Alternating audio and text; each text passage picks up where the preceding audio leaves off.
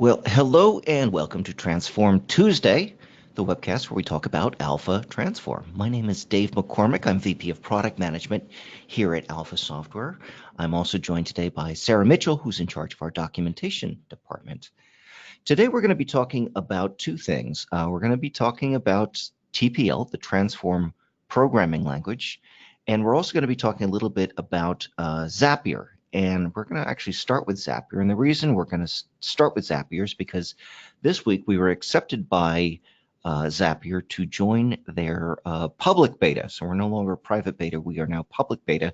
And that's thanks to people like you who've been willing to use the Transform system and try it out and experiment. And it's because of that usage that we're able to make it to the next step.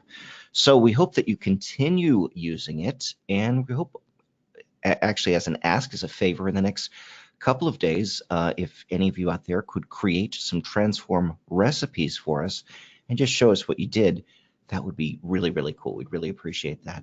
So let me just go through Transform real quick for those of you who are unfamiliar with it, and then we're going to dive into the main portion of today, which is going to be the TPL editor and the Transform programming language.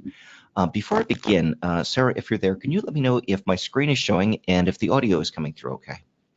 Everything's good. Excellent. So let's start here with Zapier. Just a quick introduction. Zapier is used for building out workflows. And so a workflow means if some action happens, say in Transform or in another program, Zapier can act based on that action, take data from a particular application and feed it into a different application. So I've shown off a couple of sessions of Zapier in the past, and they're in the video library, but I'm just going to go through this real quickly. To get to Zapier, you can use our invite, which is this bit.ly link, bit.ly/transformzap, with the Z being the only capital letter there. Bit.ly is particular about that. If you do that, you will get the invite to use Alpha Anywhere. I think now that we're in public beta, it also means that you should be able to search for us and find us that way as well. But if not, this link should work for you. Zapier is free until you start making hitting a certain level of sophistication or doing a certain level of volume. But for testing purposes, you can use a free account and it should be just fine. One of the recipes, or what they actually called zaps, that I've showed off in the past has been one in which you actually create an entry in a Google Sheet, and that creates a form in Transform.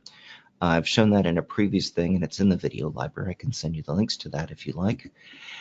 And the basic flow behind Zapier is that you first select you select two types of applications. You select a trigger application, and in one case that could be Zapier, or that could be Alpha Transform, or it could be one of the other like 1,000 applications that are built into Zapier. So for example, when you receive an email, you can have that email go to Transform, or vice versa. You can take when you submit something in Transform, you can have it do an email. I actually did an example of that. It's here in my slide deck. Let me find it real fast for you. With an incident or accident report. Let me find it. Is it further down or is it further up? A lot of slides here. Here it is. So here's an example of Zapier where I used the built-in mail integration in Zapier, and I hooked it up to Transform so that when data from Transform came in, it was formatted nicely into this report and it was sent out via email. You can find some Transform examples. Actually, you can find an example of this again in the video library. And if anyone needs any help with Transform, by all means, just send me an email. Just send an email out to dave@alphasoftware.com or tfguides@alphasoftware.com. I'd be happy to get you started. But if you guys play around with Transform in the next few days and show us what you're doing, we would really appreciate it. Thanks very much for your time on that. So now let's dive right into the main presentation. And today we're going to talk about the Transform programming language. And the Transform programming language I have covered before, and it is still evolving. So TPL basically is a language that lets you augment the functionality of the TransForm filler app. That's the app that's on your phone. It's a client-side language, and it lets you do things like perform AJAX callbacks. It lets you perform calculations. It lets you look through an onboard database. So for as an example, here is a calculation. If I wanted to take the value in field 3 and add it to the value in field 4, I could do that using TransForm programming language. Now, up until recently, the only way to program in TransForm is to do it in a separate text editor and then paste your functions into the metadata section of the TransForm form design. But we have made some progress, and I'm happy to report that we do in fact have an actual proper editor, and while it's still evolving, it's something that you can play with today, and that's really what I'm going to show you. So let me go down here and show off what I'm going to show you. So this is the TPL editor, and I'm going to show it to you live here in a minute. But basically it consists of 3 parts. The part here on the left is where you can, which displays the fields that are in your application. And next to the fields, it has these 2 event handlers. There's one event for editor, and there's another one for changed. So editor means when I'm going to edit one of the fields, what script should run, and changed means once the value of that field has changed, what script should I run. So in this particular case, I took an hourly rate, I multiplied it by time, and I got it to give me the labor total. I'll show you an example of how that's used and how we did it in a moment. But first, 2 warnings. This is still stuff that's in progress. So if you have a form design that is important to you, and it's not just a test form, and you want to use it with TPL, please make a backup of that form first. To make a backup of the form, let me show you how to do that. You may already know, is in TransForm, in the designer, oops, cancel out of here. You just select the form that you want. The one I was doing was this one here, and you say plus, and you say copy selected, and that'll make a duplicate of the form that you were using. Okay. The other thing to let you know is that TPL is still evolving, so it is possible that we may make some changes to the syntax, especially of some of the functions, or we may deprecate a function or 2, and it may break your code. So just know that. At the same time, we really encourage you to go ahead and play with a programming language. And as you want to start putting it into production, just get in touch with us so that we can make sure that everything is a-okay for that. And then eventually this will come out of beta and will become the official released copy. So let's get started. How do you actually even get into the TPL editor? Well, there is a trick behind that, and I'm going to show you that trick right now. What you do is you do it on the permissions tab. In fact, I'm going to do this live because it's a little bit easier to see. Here I am on the permissions tab of TransForm Central. We've covered this in another session. The permissions tab is where you can assign roles that specify what people are allowed to and not allowed to do. For example, you may allow some people to fill out forms but not look at the data that's been submitted in the management console, or fill out forms but not design new forms, or design new forms but not fill out forms. That'd be a weird combination, but it's really anything that you would like, and you're allowed to build your own new sets of roles. One role, which is sort of which is the role that you need to know about today, is a role that we call edit code. So if you go into permissions and you go down here to this roles section and you click plus, it's going to let you put in a new role. I've showed an example before called appliance users. Those are people who are allowed to see the appliance role.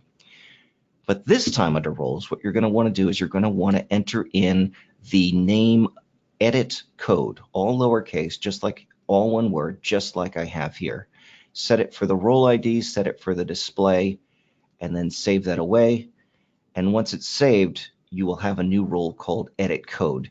And the system knows that if you have permission called edit code, you're allowed to get to the TPL code editor.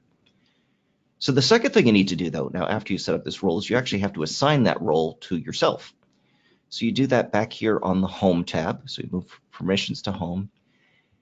And under User Management, you'll see Manage User Roles. And you'll want to select yourself or whoever else you want to give permission to. And then holding down the control key, you're going to scroll down and click on that edit code status that we just created a moment ago in the permissions tab. Once that has been set, you need to log out and log back in again. So there's a couple steps there. So again, it's permissions tab, create a new role called edit code, go into user management, select yourself or whoever else you want to allow to use that, hold down the control key for edit code, set that role, then log out and log back in, and you'll be all set. Once you'll do that, you're going to now have some options that you hadn't seen before over here in the Designer.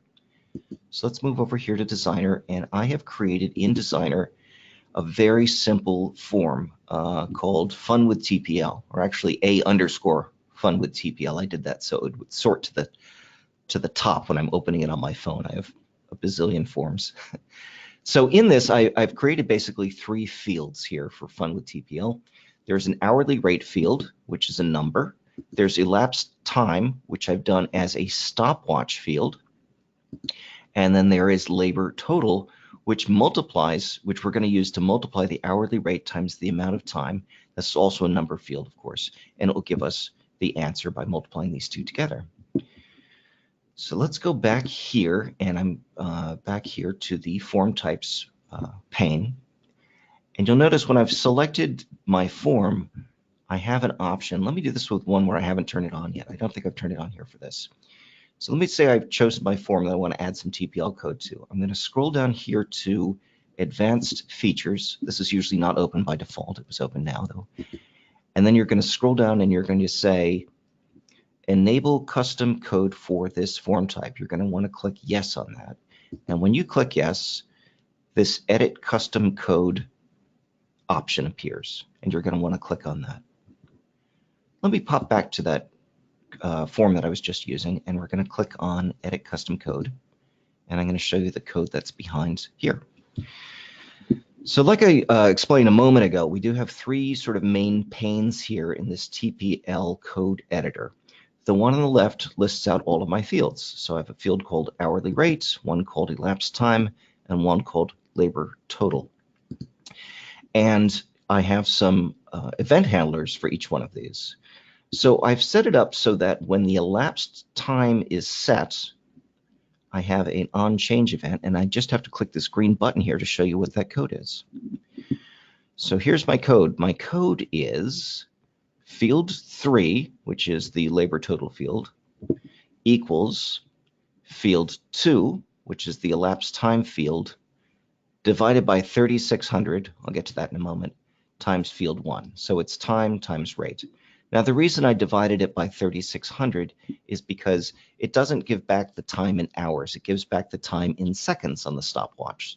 So we need to divide that by 3600. In other words, 60 seconds in a minute and 60 minutes in an hour, 3600. That gives us the amount of hours, and then off we go. So just by setting up this equation here and saving it and pushing it up to the device, let me show you a screenshot of what happens. When I enter in an hourly rate, say of 50, and I start the stopwatch running, I will get a total here at the end. Hourly rate times elapsed time will give me the total. Now, this happens to have worked out pretty nicely that it was, 55 cents. But because I had divided it by 3600, you can end up with some pretty wild fractions. Here's another example. If I was there for 41 seconds, the labor total would be this ridiculously long number here. And so you'd probably in Alpha Anywhere or most programming languages say, well, that's silly, I need to format this. But right now, that's not terribly easy to do in TransForm, only because we haven't yet given you access to the built-in functions for doing rounding or truncating. Right now, the only functions you have are these list of functions here, which I'll get into in a moment. But new ones are on the way. I have seen them. They're just currently not in the current production release. So we need to push a new version of that up into production. So the next time you open up your TransForm filler app, it'll have the ability to handle these additional functions. So right now we just have a limited set, but it's enough to play with. So in my example, like I said, I just basically created a handler for elapsed time. I put in a simple formula, and I got it to run on my phone. So that is that. Basically, if you want to start playing with TPL, you absolutely can. Again, make a backup copy of any form that's important to you before you start doing this, and create a new role called Edit Code. Set yourself to that code, and then when you're on that form, enable custom code for that particular form type, and you can click on custom code. In future sessions, I'm going to go through some of the other things that it lets you do. You can actually step through code. Actually, let me show you how to build a real simple thing live while I'm here. And then in, like I said, in a future time, I'm going to show you how the debugger works. So here was my changed field. So let's say I didn't have an event defined for that. So I'm going to go ahead and save that. I'm removing a code block. You'll see that this is turned from green back to gray. So now I want to set up that equation for elapsed time. So I click on changed, and it automatically inserts the template that I need for creating the function, the unchanged function. Then what I can do is I can go over here to the right. I can choose fields, and I'm going to choose the hourly rate field. And you'll see that got inserted for me. And I'm going to say that that's, whoops. What I want to do is I want to say the labor total field, field 3, is equal to the hourly rate field. Again, times the elapsed time. And the elapsed time is going to be divided by 3,600. Oops, to the end. So that's all it took to put that in place. And now I can say, oops, continue editing. Now I can say save. I'm sorry, I have to click up here and say save, then save again, and then click to upload changes. And my TPL has been inserted. So that's all there is to that. Let me just take you a quick tour of the functions that are there that you do have access to today. And I'm going to show you those real quick, and where to find them.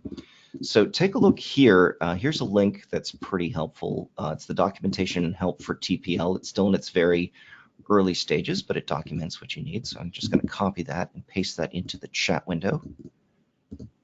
I know some versions of the GoToWebinar don't have a chat window, so you won't be able to find this link. If you need the link, just send me an email to dave@alphasoftware.com. Be happy to send it out to you.